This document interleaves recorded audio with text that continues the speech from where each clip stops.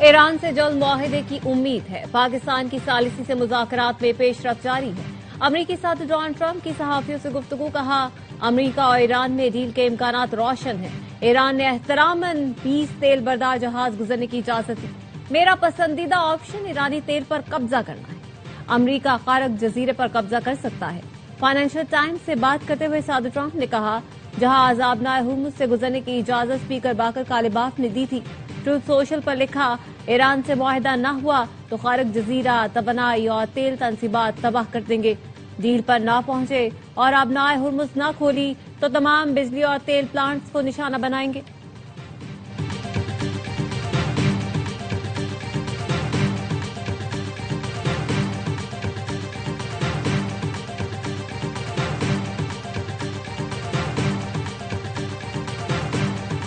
صدر آصف زرداری کی زیر صدارت اہم اجلاس، معیشت، توانائی، علاقائی صورتحال پر مشاورت۔ وزیر اعظم شہباز شریف، وفاقی وزراء، چاروں وزرائے اعلیٰ شریک ہوئے۔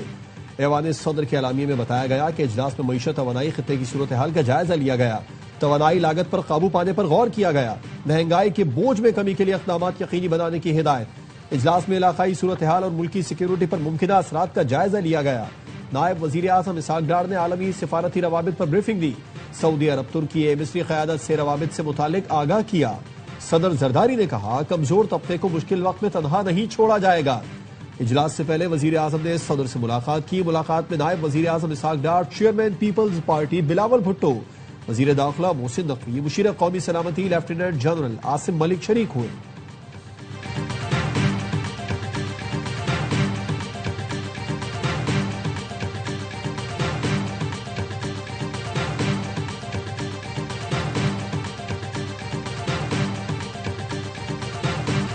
اسمارٹ لاک ڈاؤن سے متعلق کوئی فیصلہ نہیں ہوا۔ وفاق صوبوں سے ہی عوام کے ٹیکس کا پیسہ اکٹھا کرتا ہے۔ ہمارے پیسے شاخرچی پر خرچ نہیں ہونے دیں گے۔ وزیر اعلیٰ کے پی سہیل آفریدی کے ایوان صدر اجلاس میں شرکت کے بعد میڈیا سے گفتگو، کہا عوام کے خلاف کسی بھی پالیسی کی حمایت نہیں کریں گے۔ عوام کے منتخب نمائندوں پر ذمہ داری ہے کہ کفایت شعاری کا مظاہرہ کریں۔ ذرائع کا کہنا ہے اسمارٹ لاک ڈاؤن کے معاملے پر صوبائی وزرائے خزانہ پر مشتمل ذیلی کمیٹی قائم کر دی گئی۔ کل اجلاس میں ذیلی کمیٹی اسمارٹ لاک ڈاؤن کے حوالے سے تجاویز پر نظر ثانی کرے گی۔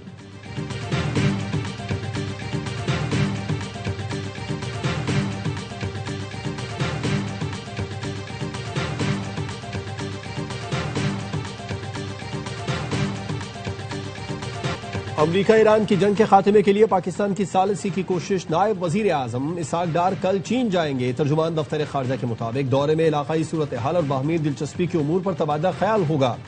نائب وزیر اعظم اسحاق ڈار کہتے ہیں پاکستان آئندہ دنوں بامقصد مذاکرات کی میزبانی کرے گا تاکہ دیر پا اور جامع حل ممکن ہو۔ دنیا پاکستان کی امن کے لیے کاوشوں کو سراہتی ہے۔ نائب وزیر اعظم نے بتایا چینی وزیر خارجہ سے تفصیلی ٹیلی فونک گفتگو ہوئی۔ بیجنگ نے پاکستان میں ایران امریکہ مذاکرات کی مکمل حمایت کی۔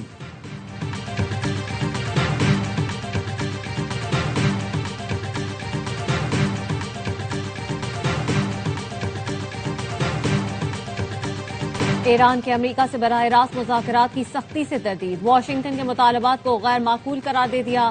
ایرانی وزارت خارجہ کے ترجمان اسماعیل بقائی نے کہا صرف ثالثوں کے ذریعے پیغامات کا تبادلہ ہوا جس میں امریکہ کی جانب سے بات چیت کی خواہش ظاہر کی گئی۔ اب تک براہ راست کوئی بات نہیں ہوئی۔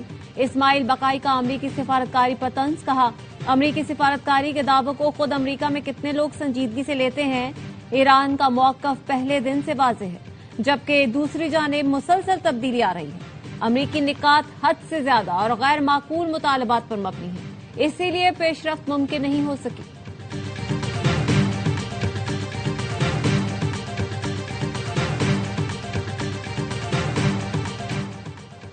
تباہ کن جنگ روکنے کی طاقت صرف آپ کے پاس ہے۔ مصری صدر کی ڈونلڈ ٹرمپ سے تنازع ختم کرنے کی پرزور اپیل۔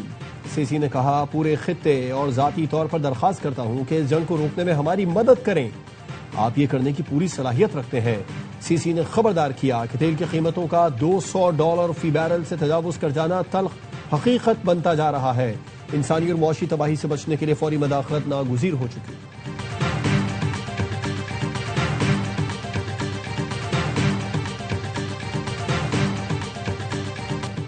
ایران جنگ ہماری نہیں، اس کا حصہ نہیں بنیں گے۔ برطانوی وزیراعظم کے اسٹارمر کے لیبر پارٹی کی انتخابی مہم میں عوام کو یقین دہانی، کہا اپنے موقف پر قائم ہے کہ جنگ کا حصہ بن کر اپنے شہریوں پر بوجھ نہیں ڈالیں گے۔ اسپین نے ایران جنگ میں شامل امریکی طیاروں کے لیے فضائی حدود بند کر دی۔ ہسپانوی وزیر دفاع نے کہا یہ بات واضح کر دی تھی کہ ایران جنگ میں فوجی اڈوں کے استعمال کی اجازت نہیں دی جائے گی۔ فیصلے کے بعد امریکی جنگی طیارے طویل متبادل راستہ اختیار کرنے پر مجبور۔ امریکی صدر اسپین پر پابندیاں لگانے کی دھمکی بھی دے چکے ہیں۔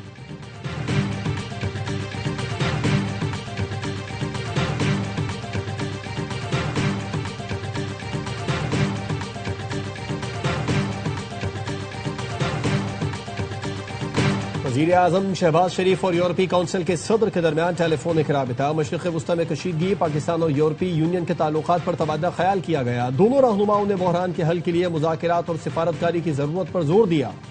وزیر اعظم شہباز شریف کا ریلیف اقدامات سے متعلق جائزہ اجلاس میں کہنا تھا پاکستان خطے میں امن کے حوالے سے سفارتی محاذ پر بھرپور کوششیں کر رہا ہے۔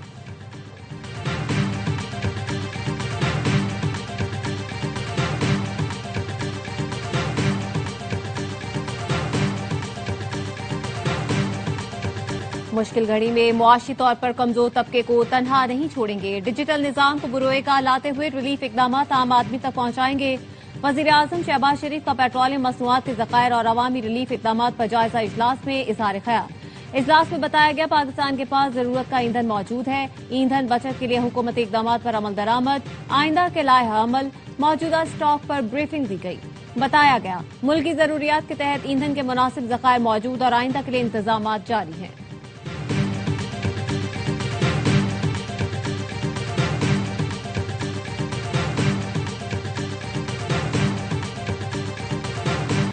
پاسداران انقلاب نے ایرانی بحریہ کے کمانڈر علی رضا کے شہید ہونے کی تصدیق کر دی۔ کمانڈر علی رضا آبِ ہرمز کی بندش کے منصوبے کے مرکزی ذمہ دار سمجھے جاتے تھے۔ پاسداران انقلاب نے گزشتہ دنوں علی رضا کی عدم موجودگی کے باوجود دشمن پر حملے کی اور آبِ ہرمز پر فیصلہ کن کنٹرول برقرار رکھا۔ خاتم الانبیاء ہیڈ کوارٹرز نے شہری علاقوں پر حملوں کے جواب میں سخت ردعمل دینے کا اعلان کیا ہے۔ ترجمان ابراہیم ذوالفقاری نے کہا امریکی اور صہیونی حکام کے رہائشی مقامات کو نشانہ بنائیں گے۔ خطے میں موجود امریکی اور اسرائیلی یونیورسٹیز بھی جائز اہداف ہوں گی۔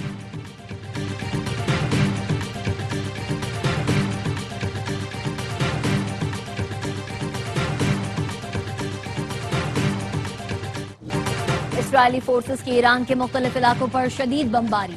آئی ڈی ایف کا کہنا ہے تہران میں فوجی انفراسٹرکچر اور ہتھیاروں کی تیاری کے مراکز پر 80 بم گرائے گئے۔ ایرانی میڈیا کا کہنا ہے رے شہر میں بھی دھماکے ہوئے۔ فارس نیوز کے مطابق تبریز پیٹرو کیمیکل پلانٹ میں اسرائیلی حملے کے بعد آگ پر قابو پا لیا گیا۔ بجلی کے انفراسٹرکچر پر حملوں کے باعث صرف تہران اور البرز کے بعض علاقوں میں بجلی معطل ہے، زیادہ تر علاقوں میں بجلی بحال ہو چکی ہے۔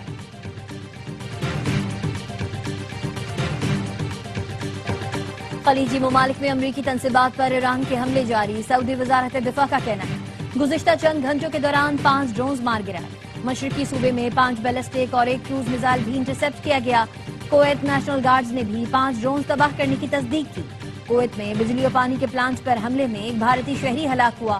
الجزیرہ کے مطابق دبئی اور بحرین میں خطرے کے سائرن بج گئے۔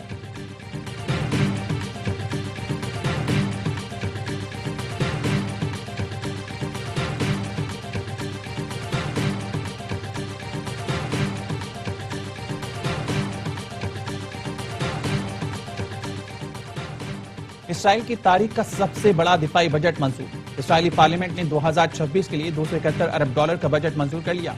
اسرائیل کے دفاعی اخراجات ریکارڈ $45.3 بلین تک پہنچ گئے۔ اپوزیشن لیڈر نے نئے بجٹ کو اسرائیل کی تاریخ کی سب سے بڑی چوری قرار دے دیا۔ اسرائیلی میڈیا کے مطابق دفاعی اخراجات کے بعد بجٹ خسارہ جی ڈی پی کا تقریباً 5% تک پہنچ گیا۔ کینیڈین صحافی اور یوٹیوبر دمتری لاسکارس آبنائے ہرمز پہنچ گیا۔ ویڈیو پیغام میں کہا ایرانی ساحل سے کئی کلومیٹر دور آبنائے ہرمز پر موجود ہوں۔ یہاں درجنوں آئل ٹینکرز اور بحری جہاز پھنسے ہوئے ہیں۔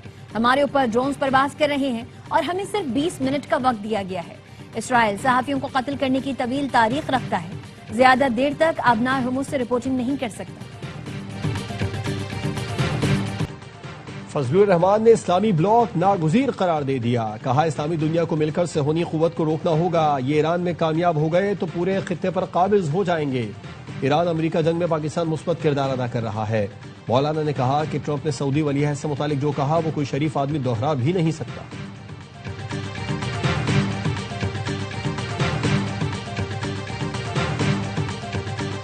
خیبر پختونخوا میں بارش سے تباہی، 18 افراد جاں بحق، حویلیاں کے گاؤں حاجیہ گلی میں مکان کی چھت منہدم، 3 بچیوں سمیت 5 افراد لقمہ اجل بنے۔ بنو، لکی مروت، نوشہرہ اور ایبٹ آباد میں دیواریں گرنے سے 8 بچوں سمیت 10 افراد جان سے گئے۔ اسلام آباد اور راولپنڈی سمیت ملک کے مختلف شہروں میں بارش، مری میں ژالہ باری ہوئی، کوٹلی آزاد کشمیر میں موسلادھار بارش کے ساتھ ژالہ باری بھی ہوئی، ندی نالوں میں طغیانی، نشیبی علاقے زیر آب آ گئے، سوات اور چترال کے پہاڑوں پر برف باری، جاتی سردی لوٹ آئی۔ محکمہ موسمیات نے 1 اپریل سے کراچی سمیت سندھ اور ملک کے دیگر شہروں میں گرج چمک کے ساتھ بارش کی پیشگوئی کر دی، اس دوران آندھی اور ژالہ باری بھی ہو سکتی ہے۔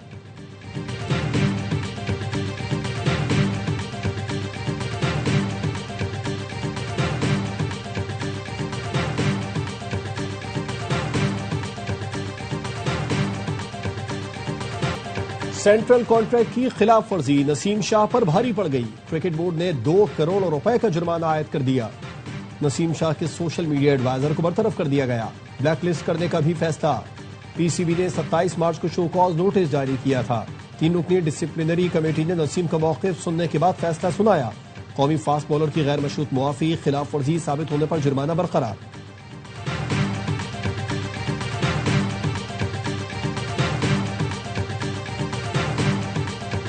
پی ایس ایل میں فخر زمان پر گیند سے چھیڑ چھاڑ کا الزام، میچ ریفری روشن مہانامہ نے کیس کی دوبارہ سماعت مکمل کر لی۔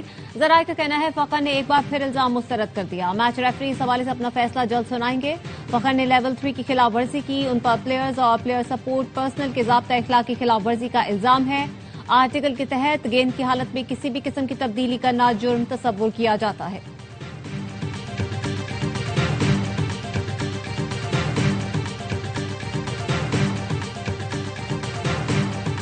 رباب چاندیوں کے والد، چچا اور دادا کے قتل کیس کے ملزمان بری، دادو کی کرمنل کورٹ نے محفوظ فیصلہ سنا دیا۔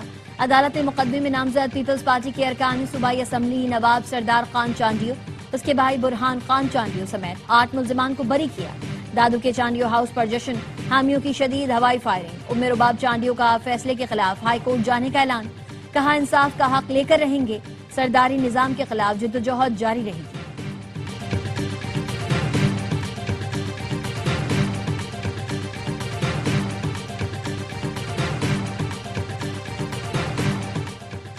رباب کیس میں وڈیرا شاہی جیت گئے، انصاف آ گیا۔ امیر جماعت اسلامی حافظ نعیم الرحمان کہتے ہیں فیصلے نے پھر ثابت کر دیا نظام انصاف طاقتور جاگیرداروں کا غلام ہے۔ قوم کی بیٹی رباب چاندیو کی تاریخی جدوجہد کو سلام پیش کرتے ہیں۔ پی پی چیئرمین بتائیں کیا رباب سندھ کی بیٹی نہیں؟ کیا طاقتور اور جاگیردار ہی آپ کے چہتے ہیں؟ سیاسی جماعتوں اور انسانی حقوق کی تنظیموں کو رباب کے ساتھ کھڑا ہونا چاہیے۔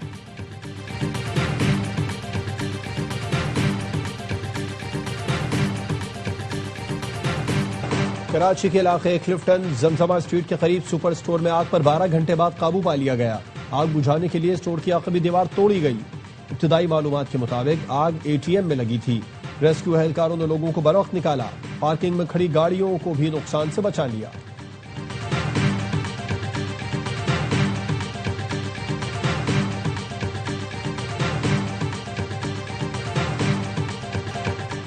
کراچی سبزی منڈی کے قریب فقیرہ گوٹ میں کھلے مین ہول میں گر کر 3 سال کا بچہ جاں بحق، لاش نکال لی گئی۔ احسن گزشتہ روز کھیلتے ہوئے گھر سے نکلا تھا، ڈھکن نہ ہونے کی وجہ سے مین ہول میں گرا۔ پیپلز پارٹی کے ٹاؤن چیئرمین نے ملبہ واٹر بورڈ پر ڈال دیا۔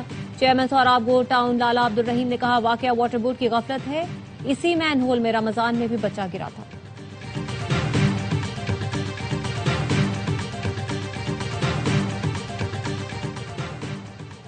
پنجاب کے بچوں کو آوارہ کتوں سے محفوظ بنانے کے لیے پیپلز پارٹی نے لاہور ہائی کورٹ سے رجوع کر لیا۔ پی پی رہنماؤں نے درخواست دائر کر دی، موقف اپنایا۔ پنجاب حکومت WHO کے SOPs پر عمل درآمد کرنے میں ناکام ہو چکی۔ کتے کے کاٹنے سے آئے روز بچے زخمی ہو رہے ہیں، بچوں کو محفوظ بنانے کے لیے اقدامات کیے جائیں۔